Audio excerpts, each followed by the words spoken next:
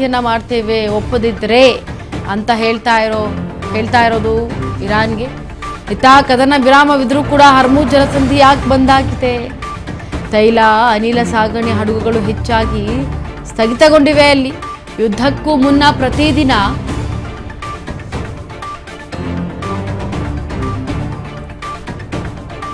100 ಹಡಗುಗಳು ಸಂಚಾರ ಮಾಡ್ತಾ ಇದ್ವು. ಆದರೆ ಈಗ ಒಂದು ಹಡಗು ಬರೋದಕ್ಕೂ ಕೂಡ ಪರ್ಮಿಷನ್ ತಗೊಂಡು ಅದರಲ್ಲೂ ಶುಲ್ಕವನ್ನು ಪಾವತಿ ಮಾಡಿ ಬರಬೇಕು ಅಂತ ಹೇಗೆ ಅಂತೇಳಿ ಅಮೆರಿಕ ಈಗ ಕಿಡಿಕಾರ್ತಾ ಇದೆ. ಕದನ ವಿರಾಮವಿದ್ರೂ ಕೂಡ ಹರ್ಮುಜ್ ಜಲಸಂಧಿ ಬಂದ್ ಮಾಡಿದ್ದಾರೆ. ಎಲ್ಲ ಹಡಗುಗಳು ಹರ್ಮುಜ್ ಜಲಸಂಧಿಯಲ್ಲಿ ಸ್ಥಗಿತಗೊಂಡುಬಿಟ್ಟಿದ್ದಾವೆ.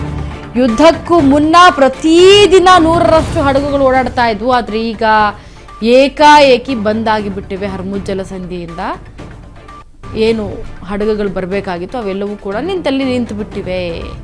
ಹಾಗಾಗಿ ಈ ಒಂದು ಹರ್ಮುಜ್ ಜಲಸಂಧಿಯನ್ನು ಬಂದ್ ಮಾಡಿರೋ ಹಿನ್ನೆಲೆಯಲ್ಲಿ ತೈಲ ಆಗಿರಬಹುದು, ಅನಿಲ ಸಾಗಣೆ ಏನಿದೆ ಆ ಹಡಗುಗಳು ಹಾಗೆ ಸ್ಥಗಿತಗೊಂಡಿರೋದ್ರಿಂದ ಹೆಚ್ಚಾಗಿ ಅಲ್ಲಿ ಬಂದು ಸ್ಟಾಕ್ ಆಗ್ತಾ ಇದೆ.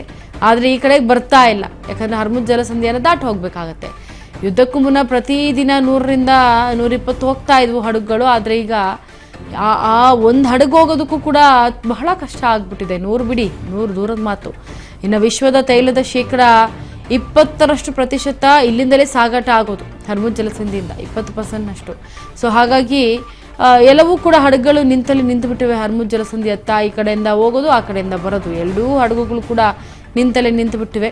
ಸಮುದ್ರದಲ್ಲೇ ನಿಂತಿರುವಂತಹ ತೈಲ ಹಡಗುಗಳನ್ನು ಈಗ ನೀವು ಗಮನಿಸ್ತಾ ಇದ್ದೀರಿ.